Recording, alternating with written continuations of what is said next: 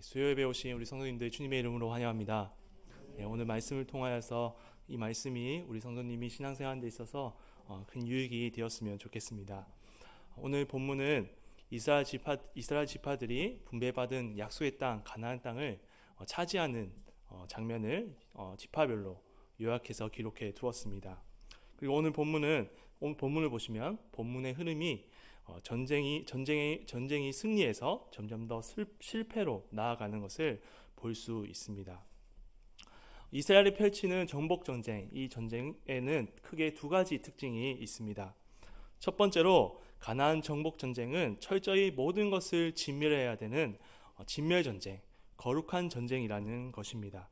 신명기 7장 2절에는 내 하나님 여호와께서 그들을 내게 넘겨 내게 치게 하시리니 그때에 너는 그들을 진멸할 것이라. 같은 장 16절에는 내 하나님 여호와께서 내게 넘겨주신 모든 민족을 내 눈이 긍휼히 여기지 말고 진멸하며. 이와 같이 하나님이 이스라엘 백성에게 주신 전쟁, 이 가나안 전쟁은 철저히 진멸해야 되는 거룩한 전쟁인 것입니다.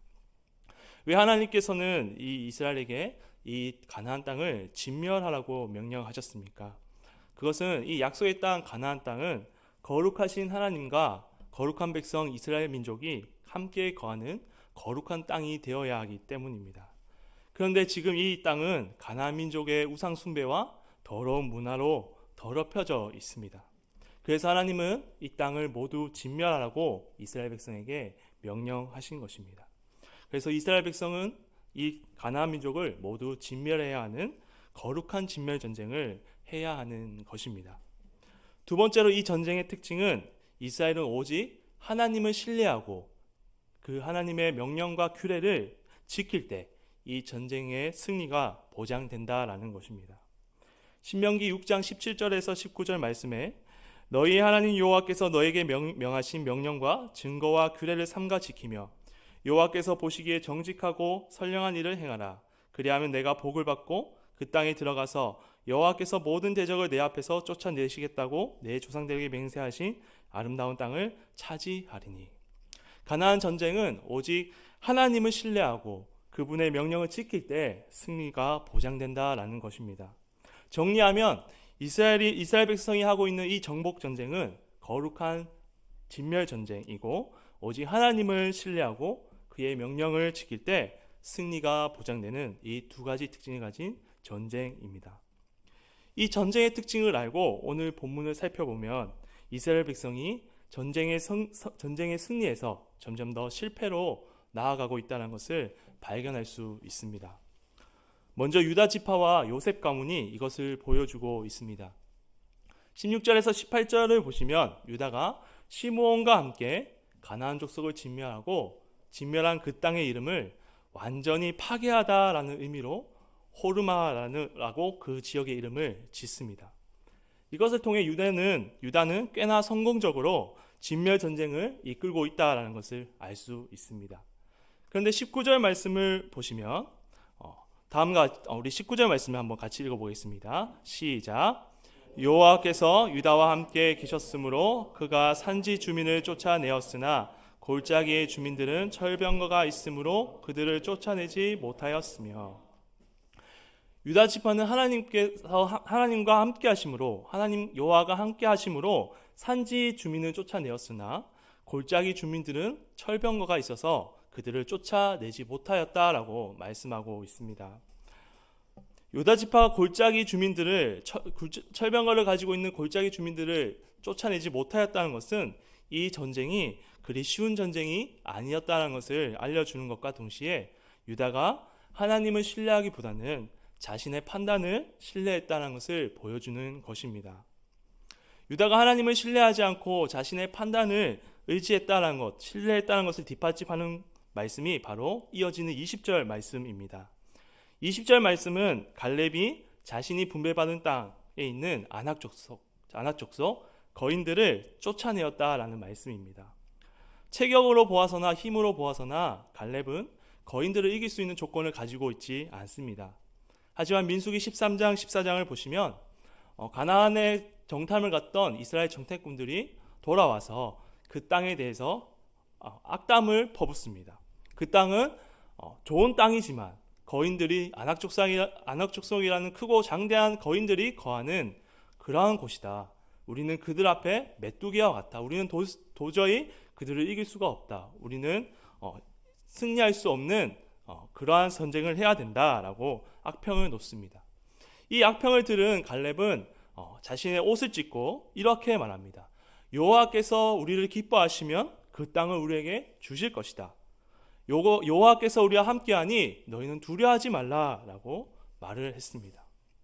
이 말씀을 통해서 20절에서 갈렙이 아낙족속을 쫓아냈다는 것은 그가 하나님을 온전히 신뢰했다라는 것을 의미하는 것입니다. 이것은 하나님을 신뢰하지 않고 자기 판단을 신뢰함으로 골짜기 주민을 쫓아내지 못한 유다 지파와 비교가 되는 것입니다. 유다는 갈렙과 같이 비록 골짜기 주민이 철병거를 가지고 있을지라도 하나님이 이겨내실 수 있다, 하나님이 승리케 해주신다라는 이 믿음으로 그들을 쫓아내야 했습니다. 하지만 유다는 그 철병거를 가진 골짜기 주민들과 자신을 비교함을 통해 자신이 이길 수 없다고 판단을 내린 것입니다. 그래서 싸워보지도 않고 그들을 쫓아내지도 못한 것입니다. 이 유다 지파와 비슷하게 자기 판단을 의지하여 땅을 점령한 가문이 있습니다. 바로 요셉 가문입니다. 22절을 보시면 요셉 가문이 베델을 치러 갈 때 여호와께서 그와 함께 하시니라 라고 말씀하고 있습니다. 이것은 이미 요셉 가문이 승리의 조건을 다 갖추고 있다라는 말입니다. 왜냐하면 여호와께서 함께 계시기 때문입니다. 그런데 요셉 가문은 하나님이 함께 하심에도 불구하고 자신의 판단을 신뢰하는 모습을 보입니다. 요셉 가문은 베델에 정탐꾼을 보냅니다. 이것은 인간적인 판단을 내렸음을 보여주는 것입니다. 베델에 간 정탐꾼들은 베델에서 나오는 한 사람을 발견하게 됩니다. 그리고 요셉 가문에서 보내온 정탐꾼들은 그 베델 입구에서 나온 그 한 사람에게 성 입구를 보여주면 너를 선대해 주겠다라고 약조를 맺습니다. 요셉 가문은 지금 하나님보다 베델에서 나온 그 한 사람을 더 신뢰하고 있습니다. 그들은 이 한 사람을 통해 더 쉽게 베델을 점령할 수 있다고 판단한 것입니다. 후에 요셉 가문은 그들의 판단한 것 같이 베델을 점령하게 됩니다. 그리고 약속한 대로 그 베델 주민 한 사람과 그의 가족을 살려 보내어 줍니다. 여기까지 보면 요셉 가문이 스스로 내린 판단이 굉장히 성공적인 것으로 보입니다. 그런데 26절 말씀을 보시면 하나님 보시기에는 전혀 성공적이지 못하였다라고 성경은 말씀하고 있습니다. 26절 같이 한번 읽어보겠습니다. 시작. 그 사람 햇사람들의 땅에 가서 성읍을 건축하고 그곳의 이름을 루스라 하였더니 오늘까지 그곳의 이름이 되니라. 읽은 말씀이 무엇을 말하고 있습니까? 요셉 가문이 언약을 맺고 놓아준 그 사람이 햇사람 땅에 가서 성읍을 건축했다. 여러분, 오늘 말씀에서 말씀 시작할 때 이스라엘이 벌이고 있는 이 전쟁이 무슨 전쟁이라고 하였습니까? 모든 것을 진멸해야 되는 거룩한 전쟁이다라고 했습니다. 그런데 지금 말씀을 통해 무엇을 말해주고 있습니까? 놓아준 그 사람이 해쪽 속에 가서 성읍을 건설했더라. 그리고 그 성읍의 이름은 베델의 옛 이름인 루스라 하였더라 라고 말하고 있습니다. 이것은 하나님이 원하시는 전쟁을 요셉 가문이 하지 못하였다라는 것입니다. 하나님 보시기에는 베델을 점령하지 못하였다는 것입니다. 왜냐하면 그 사람이 해쪽 속 땅에 가서 그 베델의 이름과 똑같은 루스라고 이름을 지었기 때문입니다. 하나님 보시기에는 땅을 점령하지 않은 것과 같다라는 것이죠. 요셉 가문이 머리를 써서 자신의 판단을 믿고 베델을 점령했는지는 모르겠지만 결과적으로 하나님 보시기에는 이 전쟁의 참 의미를 살리지 못한 실패한 전쟁이었다라는 것입니다. 지금까지 우리가 유다와 요셉 가문의 이야기를 보았습니다. 이들에게는 공통점이 있습니다. 그 공통점은 무엇이냐? 이 전쟁을 승리하는 것 같았지만 결국에는 하나님 보시기에 실패한 전쟁을 하였다라는 것입니다. 여러분, 이들의 전쟁이 실패한 근본 이유가 무엇입니까? 바로 하나님을 신뢰하지 않고 자기 판단, 자기를 신뢰했기 때문입니다. 그래서 그들은 모든 것을 지멸해야 하는 이 거룩한 전쟁을 완벽하게 성취하지 못한 것입니다. 성도들도 이 땅에서 이스라엘 백성과 같이 거룩한 전쟁을 하는 자들입니다. 성도들이 이 땅에서 어떠한 거룩한 전쟁을 합니까? 어둠의 권세들과 죄와 싸우며 거룩함을 추구하는 전쟁을 하는 자들이 바로 이 땅에 남겨진 성도들입니다. 우리가 왜 이 싸움을 하고 있습니까?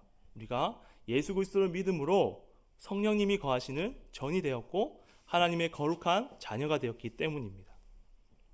이제는 공중 권세 잡은 자가 우리의 머리가 아니라 흠도 점도 없고 없으신 거룩하신 예수님이 우리의 머리가 되셨고 우리는 그분의 지체가 되었기 때문입니다.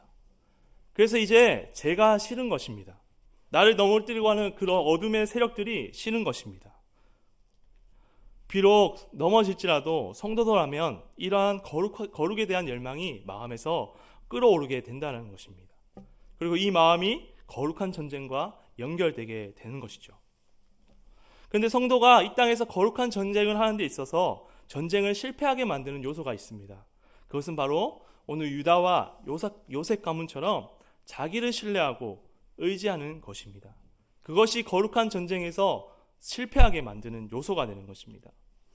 예수님을 향해 바다 위로 걸어갔던 베드로가 언제 바다에서 빠졌습니까? 바로 폭풍과 바다를 다스리는 예수님을 바라보지 않고 바람의 요동치는 그 바다 위에 자신이 있다는 것을 주목했을 때 그는 바다에 빠지게 되었습니다. 또 기도하라는 예수님의 말씀을 듣지 않고 자기는 예수님을 부인하지 않겠다고 호언장담한 베드로 어떻게 됐습니까? 그는 예수님을 3번 부인하는 중죄를 짓게 되었습니다. 이처럼 거룩한 전쟁에 있어서 자기 신뢰, 자기 의지는 승리가 아닌 패배를 가져다 줍니다. 반대로 거룩한 전쟁의 승리는 오직 주님을 의지할 때, 주님을 신뢰할 때만 그 승리가 주어지는 것입니다. 사도 바울이 에베소 교인들에게 마귀의 관계를 능히 대적하기 위하여 너의 전신갑주를 입으라 라고, 너가 가지고 있는 전신갑주를 입으라 라고 말하지 않습니다. 사도 바울은 하나님의 전신갑주를 입으라 말합니다. 하나님의 것으로 입으라 라고 말합니다. 이처럼 어둠의 권세와 죄를 이길 수 있는 능력은 바로 주님께 있습니다. 계속 넘어지는 자신을 보면서 무엇을 느낍니까? 우리 삶에서 정말 많이 넘어지잖아요. 무엇을 느낍니까?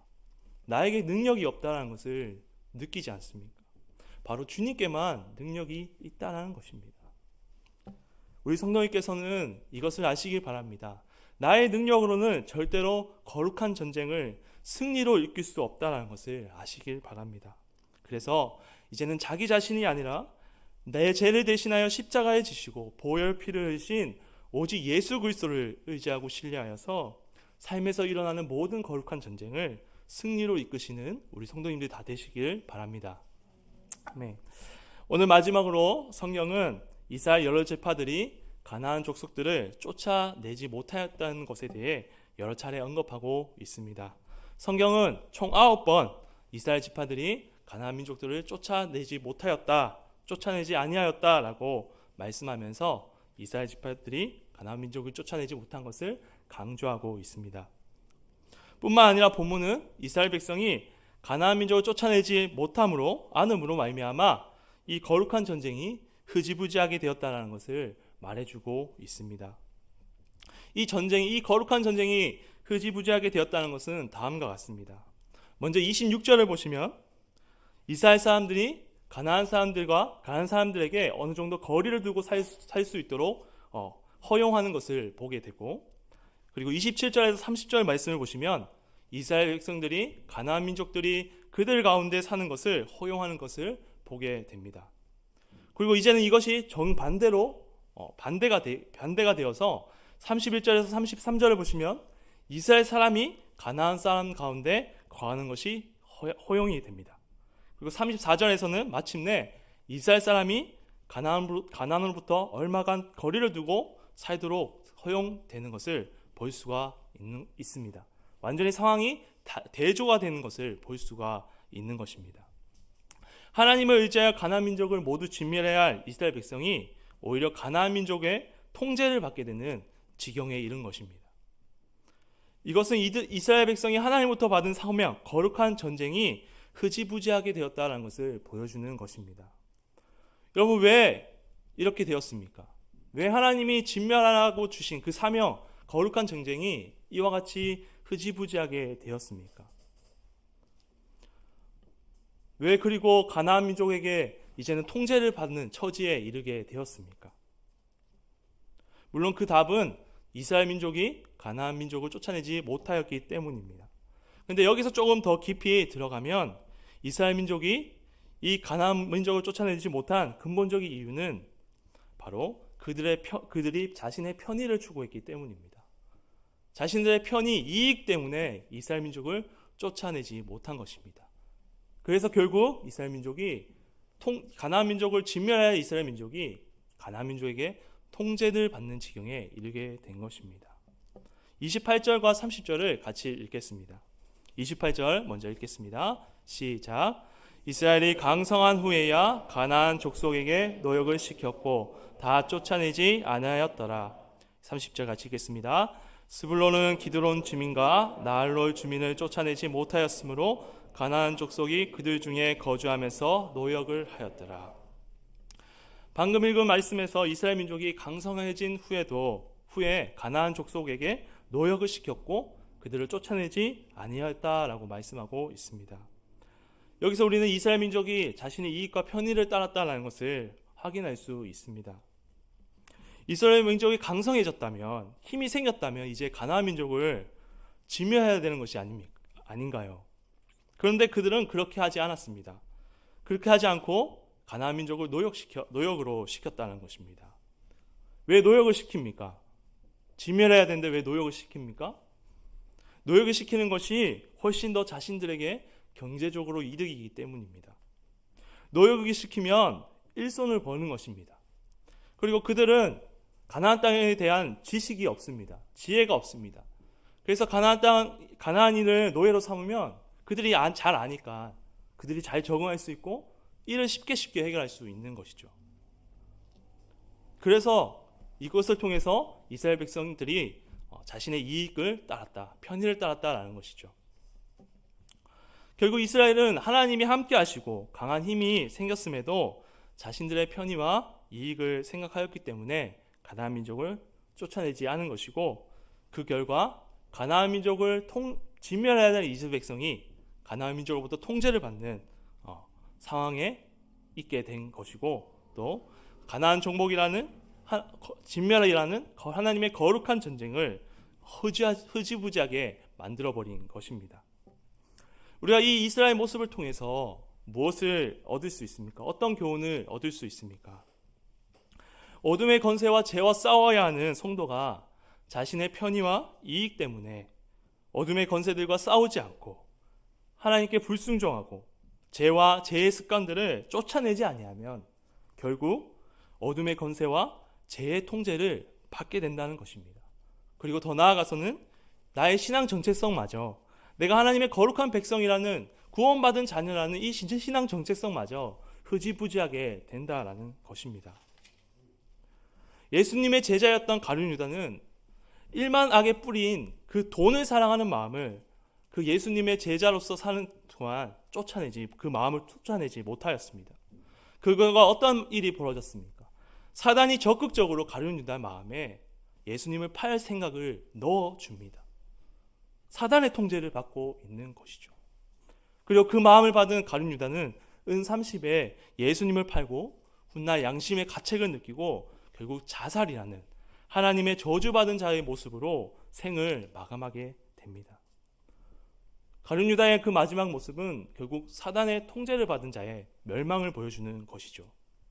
그리고 사도행전 1장에서는 그는 더 이상 예수님의 제자가 아니라 그는 예수 잡는 자들의 길잡이가 된 자라고 성경은 그에 대하여 결론을 내렸습니다.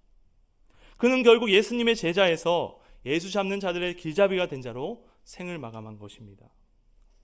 거룩한 전쟁을 해야 할 성도가 자신의 이익과 편의 때문에 죄를 쫓지 않고 제약된 습관들과 함께 한다면 가룟 유다와 같은 결코 있어서는 안 될 결과를 맞이할 수 있다는 것을 우리는 기억해야 합니다. 하나님을 신뢰함으로 거룩한 전쟁을 해나가야 할 우리 성도들에게, 여러분들에게 있어 나의 기쁨과 나의 편의 때문에 아직 쫓아내지 못한 습관들은 어떤 것들이 있습니까? 나의 이익 때문에 어떤 불순종한 태도를 쫓아내지 못하고 있습니까? 우리는 그것을 곰곰이 생각해 보아야 하고 하루속히 주 예수 그리스도의 능력으로 쫓아내어야 합니다. 또한 코로나 시대를 보내고 있는 지금 우리는 비대면 예배라는 상황에서 그 어느 때보다 예배의 편이라는 유혹을 받고 있습니다. 물론 몸이 약해서 사회에 비춰지는 어떤 덕을 위해서 비대면 예배를 드리는 것은 옳은 것입니다. 하지만 이제 영상으로 예배를 만들어 올려주니까 내 시간 다 보내고 내 할 거 다 하고 남는 시간에 영상 예배 드리자. 예배 영상 시간 좀 당겨서 설교 핵심만 듣고 예배 마치자. 이것은 자신의 편의를 생각하는 것이죠. 자신의 편의로 예배의 정신을 무너뜨리는 것이죠. 이러한 태도에서는 결코 어떤 신앙의 성상도 있을 수 없습니다. 오히려 신앙의 태보만 있을 뿐입니다.